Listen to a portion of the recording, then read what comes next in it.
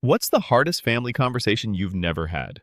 During my brother's proposal party, the words my parents whispered to me before we walked inside still ring in my head like some kind of command I had no right to question. Just smile and support him. I remember biting back the urge to say anything at all because over the years I had learned that in my family, my role wasn't to be heard, it was to play along, to keep things smooth, and to let my brother have his spotlight without interruption, no matter how ridiculous or undeserved it felt. Jason was always the chosen one, the golden child who could crash a car, fail a class, or get caught lying and somehow still end up on a pedestal, while I could bring home a promotion, handle my own bills without help, or even just live quietly and responsibly. And it would never amount to more than a nod of acknowledgement before the conversation shifted back to him. Walking into that restaurant where the whole extended family had gathered, I felt like I had already resigned myself to the evening. I was going to plaster on a polite smile, clap when everyone else clapped, and keep my real thoughts to myself. Jason, of course, looked confident, already basking in the attention before the big moment even happened, as if the world owed him a standing ovation just for existing. And my parents, well, they had that look they always wore when Jason was around, almost smug, like they were presenting their masterpiece to the world, and the rest of us were just extras in the background of his story. I sat through the first hour of polite conversation, the endless toasts, and the not-so-subtle hints my parents kept dropping about how Jason was finally settling down, and how proud they were that everything was coming together for him. I caught a few relatives giving me sympathetic glances, the kind you give to someone you know is sidelined, but you also know can't speak up without looking bitter, and I hated how predictable it all felt. My parents didn't even bother pretending it was about both of us being their children, it was always about him, and I was there to clap on cue. Jason stood up at one point, tapping a glass for attention, and I felt everyone in the room straighten, waiting for the big show. Emma, his girlfriend, looked nervous in a way that struck me as odd because she had always come across as grounded, even a little too patient for her own good. And I caught her fiddling with her phone under the table as Jason launched into this speech about love and destiny and how he had finally found the one. My parents were practically glowing, soaking up the reflected spotlight as if they themselves had achieved something monumental just by producing him. I was already preparing myself for the final cue to applaud when he dropped to one knee, and I heard my mother's sharp intake of breath like this was the greatest cinematic moment of her life. That was when Emma shifted in her chair, placed her phone on the table, and for the first time since I had known her, she interrupted Jason mid-sentence. She looked around the table, her voice steady in a way that instantly silenced the clinking glasses and hushed whispers, and said, "Actually, there's something you all need to see first."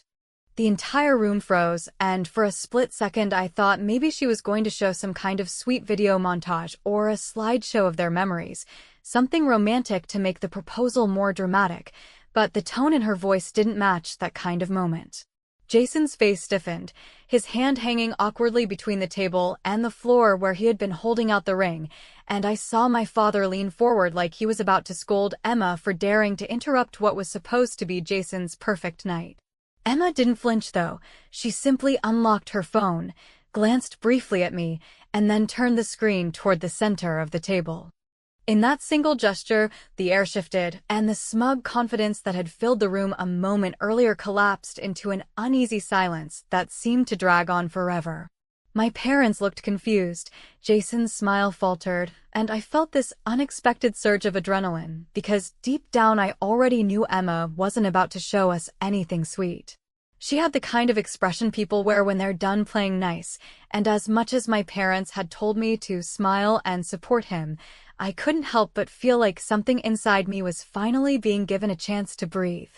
And that's when it really sank in. This night wasn't going to be the scripted celebration my family had planned. Emma was about to flip the entire narrative, and none of us had any idea just how far she was willing to go.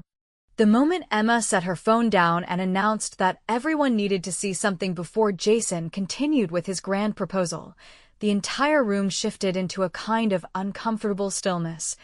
The kind where people are afraid to move or even breathe because they sense something is about to break, and the polite veneer of celebration was so fragile it could shatter at any second. Jason, still kneeling with the ring box in his hand, froze with this half-smile plastered on his face that looked more like panic disguised as charm, and my parents, who had been sitting there glowing with pride a moment earlier, suddenly looked like someone had pulled the rug out from under them. Emma's thumb tapped the screen, and then the sound filled the space. Jason's voice, unmistakable, cocky and unfiltered, bragging in a way that was both cruel and careless.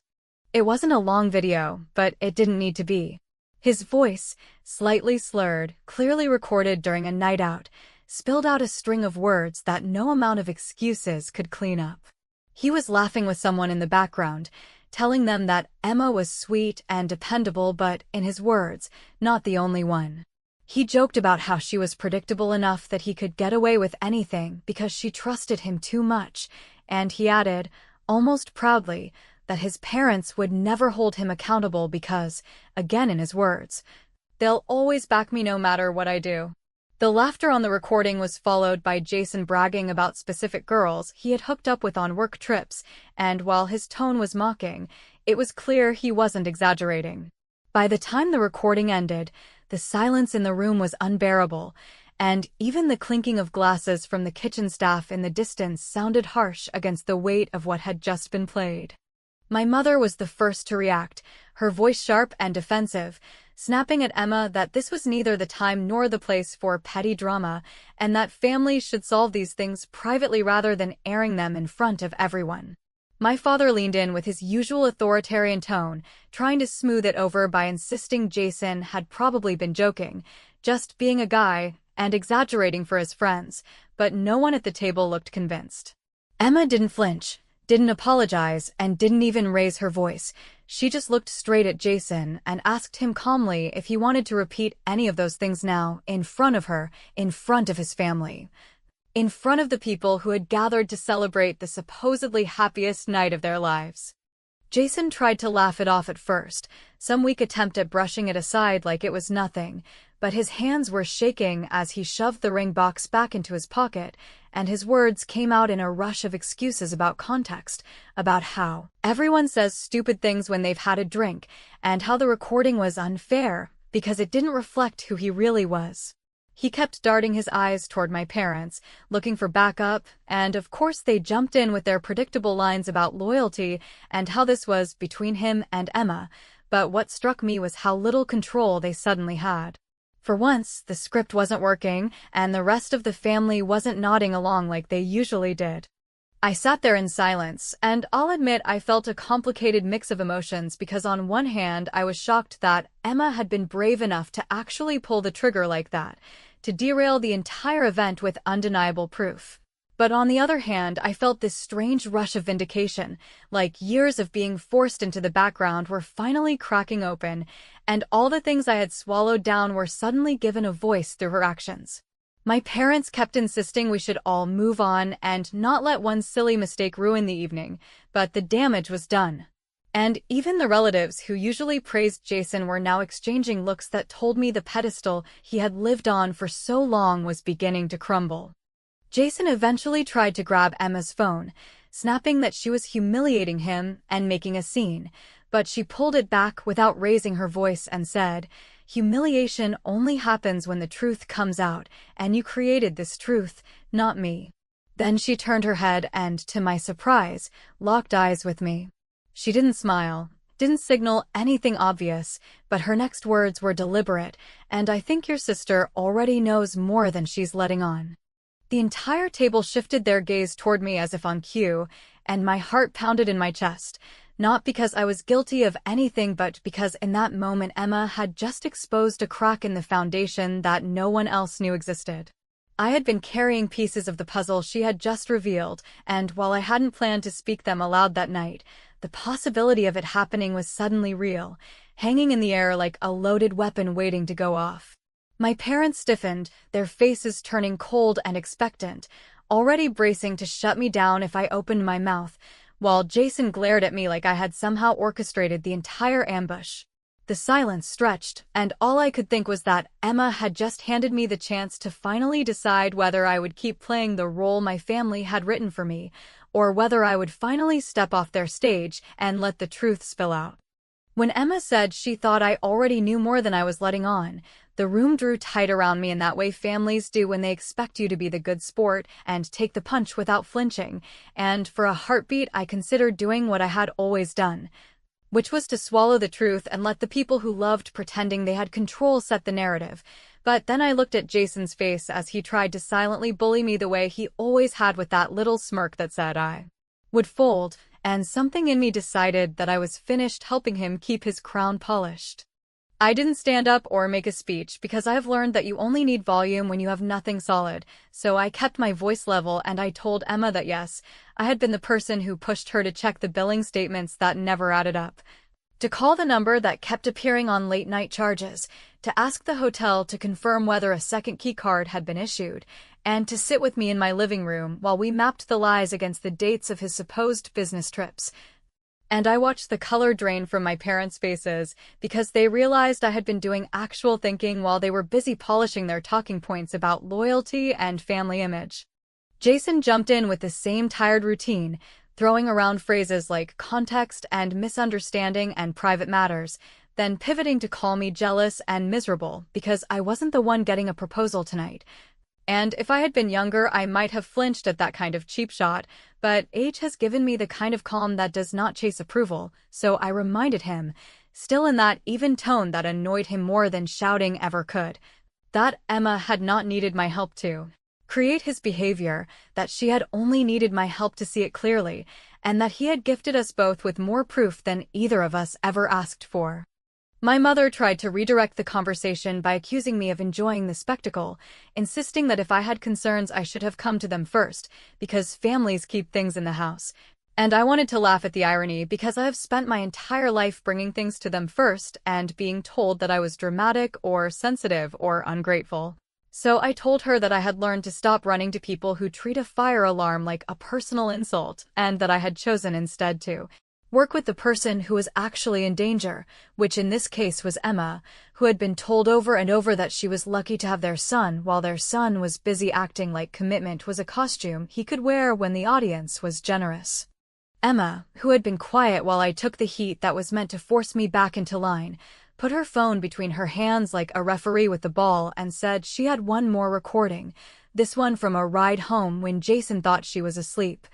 where he called a friend to boast that he could still propose because nothing he had done counted, since in his words he had never been caught, and when that recording ended there was a long breath of silence that reminded me of the pause before a judge delivers the sentence, except the judge here was common sense and everyone at the table could hear it.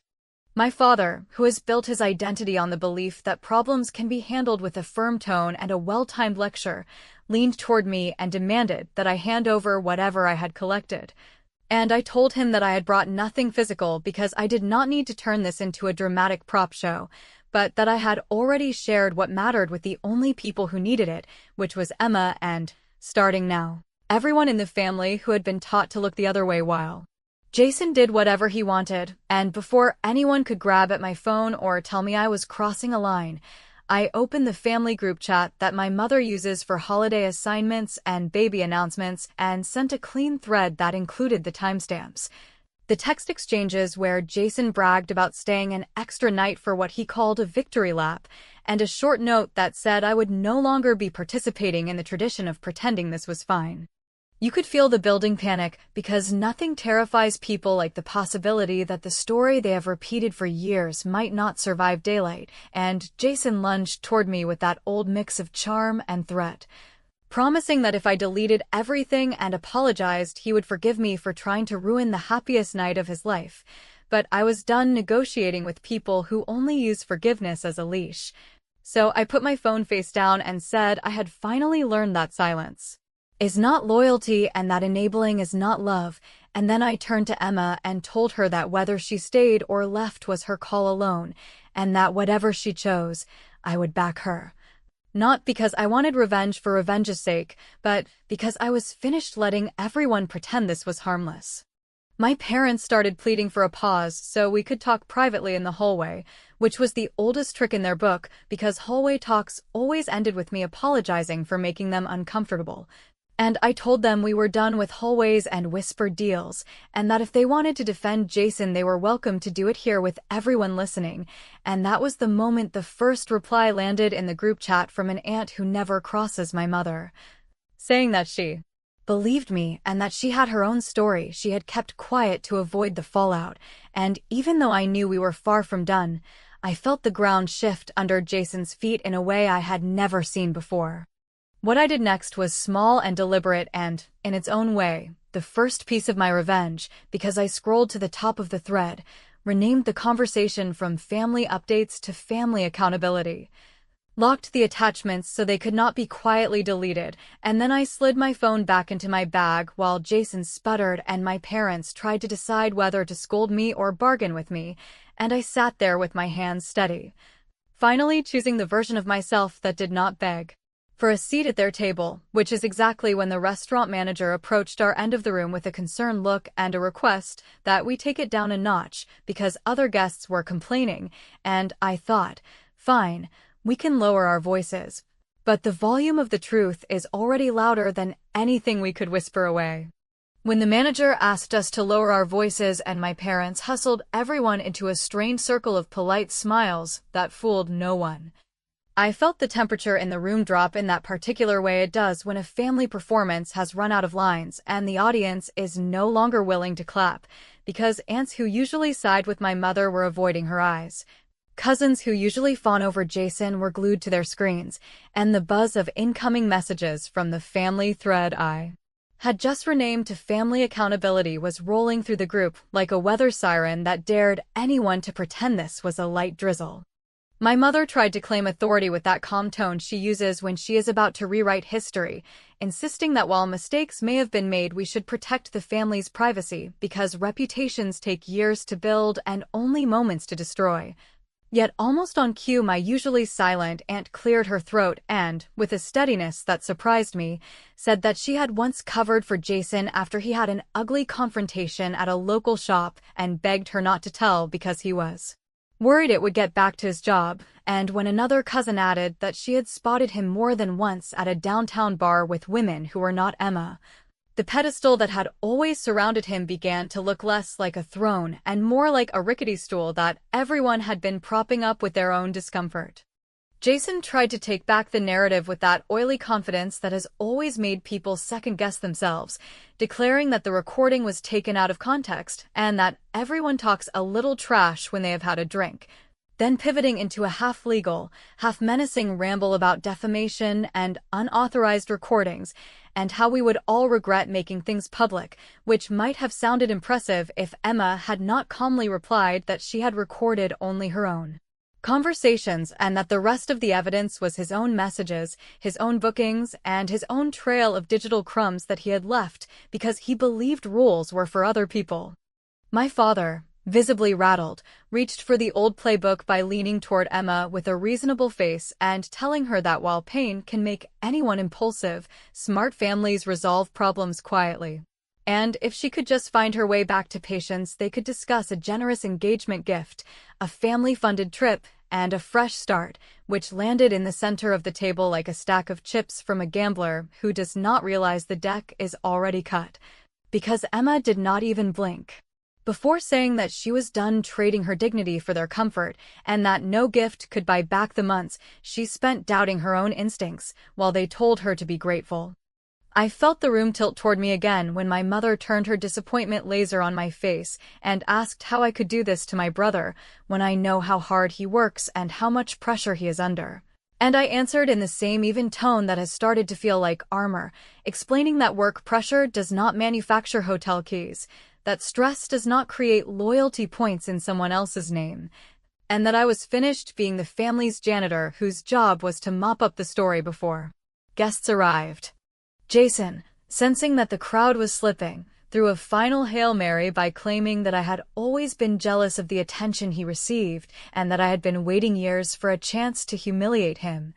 which would have stung if I had not spent those same years learning how to separate a person's volume from a person's evidence. So I told him that I had not created a single receipt or text, that I had simply put them in order, and that the only humiliation happening was the kind people earn when their private behavior finally matches their public consequences.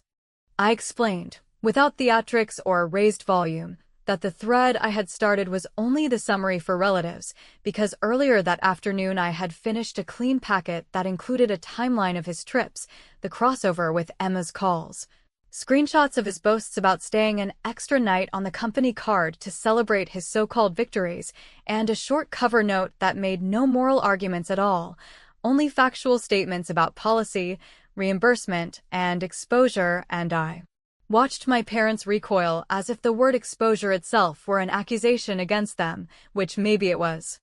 My father demanded I send him the packet so he could handle it professionally, and I told him that professionalism had already happened, because I had sent it in the early evening to Jason's manager and to Human Resources with a request that any follow-up be directed to them rather than me, given that I am not an employee and I have no interest in participating in the family tradition of quietly erasing inconvenient facts, and I added that a shorter version had also gone to the church board, where Jason likes to present himself as the model of integrity, not to smear him, but to prevent him from using that platform to hide behind other people's trust.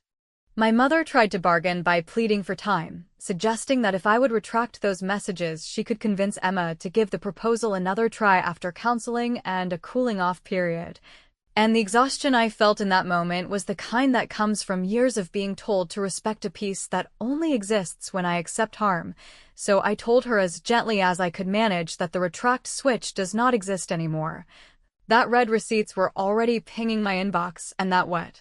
she calls peace has always been quiet around Jason's comfort and noise around everyone else's pain. Emma, who had remained remarkably composed, slid her phone onto the table again and said she appreciated that I had taken steps she had been too scared to take alone, and then she turned to Jason and asked the only question that mattered, which was whether he wanted to admit anything at all before he blamed the rest of us for his choices, and the look he gave her would have been chilling if it had not been so tired, a mix of entitlement and disbelief that his applause machine had finally jammed.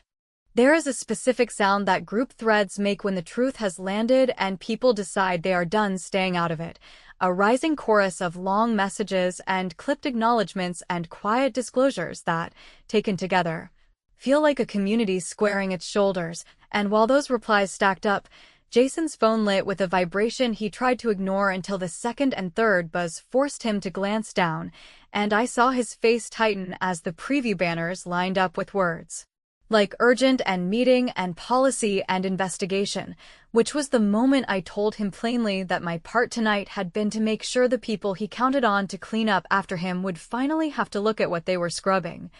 and that his part would be to decide whether he wanted to keep lying to everyone or finally speak to them like a grown man. And, because every time my parents corner me they ask for one more ounce of silence I cannot afford, I offered them the only compromise I will ever offer again, which was not a promise to make things disappear but a promise to stop talking if Jason started telling the truth, and when he opened his mouth to launch another excuse, and then closed it again, because the words would not come, I reached for my bag, stood up without wobbling, and told them there was one last step I had taken that none of them knew about yet, and that if they were worried about tonight's embarrassment they should consider how much lighter embarrassment feels than accountability. Which is precisely when the room fell into that collective stillness again, and my final message scheduled for later began its countdown toward the one person Jason cannot charm, a detail I decided to keep to myself for one more night.